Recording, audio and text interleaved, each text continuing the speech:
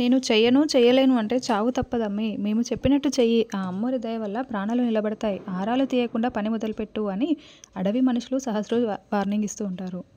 తెలియకుండా జరిగిపోయింది. నన్ను క్షమించండి అని సహస్ర అడవి మనుషులను బ్రతిమలాడుతూ ఉంటుంది. తప్పిదం జరిగిపోయిందమ్మీ. చెప్పినట్టు చేయాల్సిందే అని వాళ్ళు అంటూ ఉంటే శిక్ష వేయాల్సిందే, శిక్ష వేయాల్సిందే అని వాళ్ళంతా కూడా గట్టిగా అరుస్తూ ఉంటారు. ఇక అప్పుడే విహారీ కనక మహాలక్ష్మి పరిగెత్తుకుంటూ సహస్ర దగ్గరకు వస్తూ ఉంటారు. ఇక సహస్ర ఏడ్చుకుంటూ విహారీని హక్ చేసుకుంటుంది. ఇక అది చూసి అడవి వాళ్ళంతా కూడా షాకింగ్గా సహస్ర వైపు విహారీ వైపు అలానే చూస్తూ ఉంటారు. ఇప్పుడు సహస్రకు నాకు కనక మహాలక్ష్మికి పెళ్ళైన విషయం తెలిసిపోతుంది అని, అది కాకపోయినా సహస్రకు నాకు త్వరలో పెళ్లి జరగబోతుందని ఈ అడవి మనుషులకి తెలిసిపోతుంది. ముందు గొయ్యి వెనుక నుయ్యి అన్నట్లు తయారైంది నా పరిస్థితి అని విహారీ మనసులో అనుకుంటూ ఉంటాడు. బావా, వీళ్ళు చూడు బావా, నేను తెలియక చేసిన తప్పు వల్ల నన్ను శిక్ష ఇస్తుంటున్నారు అని సహస్ర ఏడుస్తూ ఉంటుంది. బాబు, ఈ అమ్మాయి మీకు తెలుసా అని అడవి వాళ్ళు విహారీని అడుగుతూ ఉంటారు.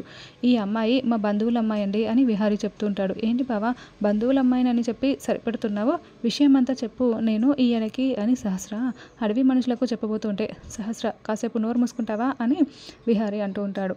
ఈ అమ్మాయి పాపం సిటీలో పెరిగిందండి, చాలా సున్నితంగా పెరిగింది, మీరు వేసే శిక్షలు తట్టుకోలేదు అని విహారీ వాళ్ళని బ్రతిమలాడుతూ ఉంటాడు. లేదు దొర, మేము ప్రేమిస్తే ప్రాణాలు ఇస్తాము, ద్వేషిస్తే ప్రాణాలు తీయటానికి కూడా వెనకాడము. ఈ అమ్మాయికి శిక్ష పడాల్సిందే, ఈ అమ్మాయి తప్పు చేసింది అని అడవి మనుషులు విహారీతో చెప్తూ ఉంటారు.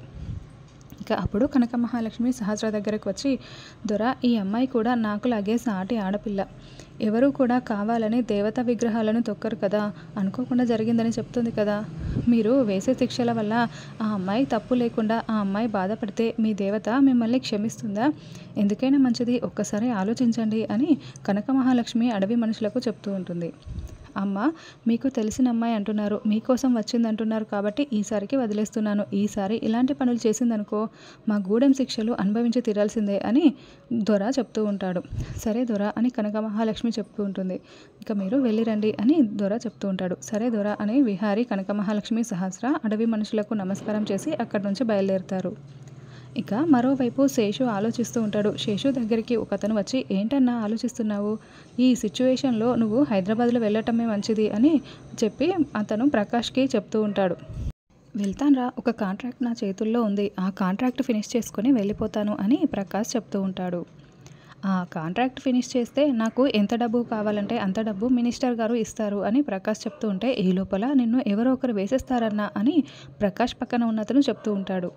ఇక అప్పుడే ప్రకాష్ ఫోన్ రింగ్ అవుతూ ఉంటుంది. ప్రకాష్ ఫోన్ లిఫ్ట్ చేయగానే, అన్న ఒక నలుగురు అమ్మాయిలు కావాలి, అమ్మాయికి 10 లక్షల చొప్పున నలుగురికి 40 లక్షలు ఇస్తారంట, నువ్వు కనుక సెట్ చేయగలిగితే ఆ డబ్బులు నీకే వస్తాయన్నా అని ఫోన్లో ప్రకాష్కి చెప్తూ ఉంటారు.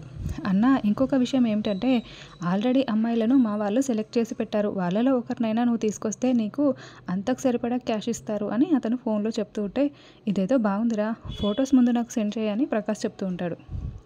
సరే అన్న అని చెప్పి అతను ఫోన్ కట్ చేసి ఫొటోస్ని ప్రకాష్కి పంపిస్తాడు. ఇక ప్రకాష్ వచ్చిన ఫొటోస్ అన్నిటిని కూడా చూస్తూ ఉంటాడు. భలే ఉన్నారా అమ్మాయిలు, వీళ్ళలో ఒక్క అమ్మాయిని పట్టించినా 10 లక్షలు వస్తాయంట అని ఫొటోస్ అన్నీ కూడా చూసుకుంటూ పక్కన ఉన్న మరొక అతనికి చూపిస్తూ ఉంటే, వాటిలో కనక మహాలక్ష్మి ఫోటో కూడా వస్తుంది. అన్న, ఈ అమ్మాయి కనక మహాలక్ష్మిలా ఉందే అని అతను అంటూ ఉంటే, అవునరా, ఇది కనక మహాలక్ష్మినే అని ప్రకాష్ ఆ ఫోటోని మళ్ళీ పంపించిన అతనికే పంపిస్తాడు. వెంటనే ఫోన్ చేసి, ఇదేంటి అన్న మళ్ళీ ఫోన్ చేస్తున్నాడు అని అతను ఫోన్ లిఫ్ట్ చేస్తాడు.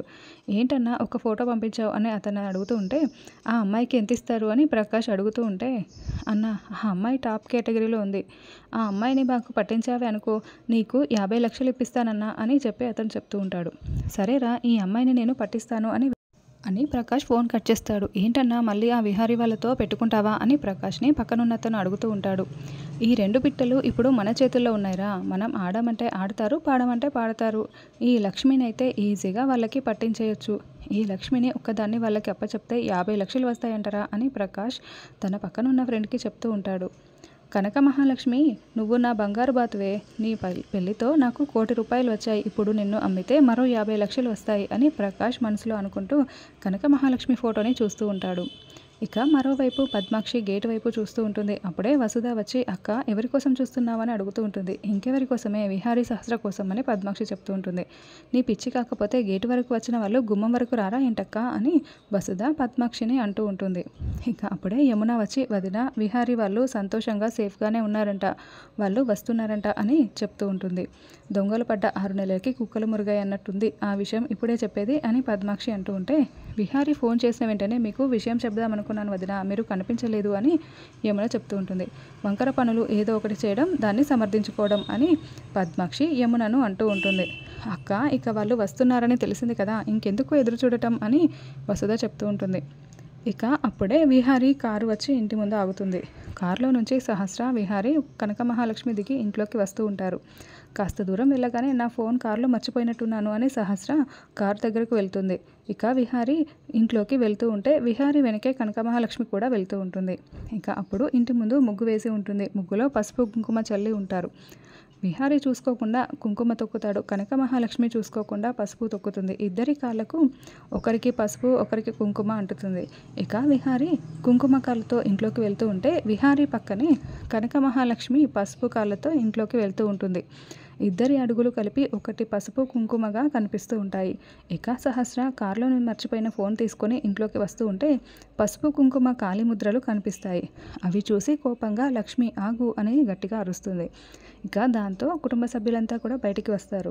పసుపు కుంకుమ కలిపిన కనక మహాలక్ష్మి విహారీ కాలి ముద్రలు చూసి సహస్ర కోపంగా బకెట్లో వాటర్ ఉంటే వాటర్ తీసుకొచ్చి విహారీ కాళ్ళ మీద, లక్ష్మి కాళ్ళ మీద పోస్తుంది. వాటర్ తీసి సహస్ర అని విహారీ అడుగుతూ ఉంటే, విహారీ కాళ్ళ మీద నీళ్లు పోసావంటే భక్తితో పోసావు అనుకోవచ్చు, లక్ష్మి కాళ్ళ మీద ఎందుకు సహస్ర నీళ్లు పోసావు అని వసుధ అడుగుతూ ఉంటుంది. దేవుడు నా తలరాతను ఇలా రాశాడో అర్థం కావటం లేదు, ఈ లక్ష్మి అడుగుపెట్టిన తర్వాత నా తలరాత ఇలా మారిందో అర్థం కావటం లేదు. ఇక పైన లక్ష్మి నా జీవితంలో ప్రతి క్షణం ఉండేలా అనిపిస్తుంది. ఈ లక్ష్మి నా జీవితం లాక్కుంటుందేమో అనిపిస్తుంది అని సహస్ర అంటూ ఉంటే, వాట్ ఈస్ దిస్ సహస్ర, ఈ లక్ష్మి నీ జీవితం లాక్కోవడం ఏంటి అని పద్మాక్షి అడుగుతూ ఉంటుంది. జస్ట్ ఇమాజిన్ మామ్, లక్ష్మి నా జీవితాన్ని లాక్కోవడం అంటే బావ పక్కన ఈ లక్ష్మి ఉండటం అని సహస్ర అంటూ ఉంటే, సహస్ర నీవు ఏం మాట్లాడుతున్నావో నీకు అర్థమవుతుందా అని విహారీ అడుగుతూ ఉంటాడు. బావ, నా పెళ్ళికి జరిగే ప్రతి విషయము ఈ లక్ష్మి కోసం జరుగుతుంది అనిపిస్తుంది, నిన్ను లక్ష్మిని దగ్గర చేయటం కోసమే ఇలాంటివన్నీ జరుగుతున్నాయేమో అనిపిస్తుంది అని సహస్ర అంటూ ఉంటే, సహస్ర జస్ట్ స్టాప్ ఇట్, నువ్వు మాట్లాడేదానికి అర్థము లేదు అని విహారీ అంటూ ఉంటాడు. ఒకసారి నీకు తెలియకుండానే లక్ష్మికి గాజులు కొనిచ్చావు, ఒకసారి తనకు తెలియకుండా తను నిన్ను ప్రాణాపాయ స్థితి నుంచి కాపాడింది, ఇప్పుడేమో ఏం జరిగిందో ఒక్కసారి వెనక్కి తిరిగి చూడండి అని సహస్ర చెప్తూ ఉంటే విహారీ, కనక మహాలక్ష్మి వెనక్కి తిరిగి చూస్తూ ఉంటారు. అప్పుడు అందరికీ కూడా కనక మహాలక్ష్మి, విహారీ వేసిన పసుపు ఎరుపు కాలి ముద్రలు కనిపిస్తూ ఉంటాయి. వాటిని చూసి అందరూ కూడా షాకింగ్గా అలానే ఉండిపోతారు. మీరిద్దరూ తెలిసి వేశారో తెలియక వేశారో తెలియదు, కానీ ఒకరి తర్వాత ఒకరు కావాలని వేసినట్టు అనిపిస్తుంది.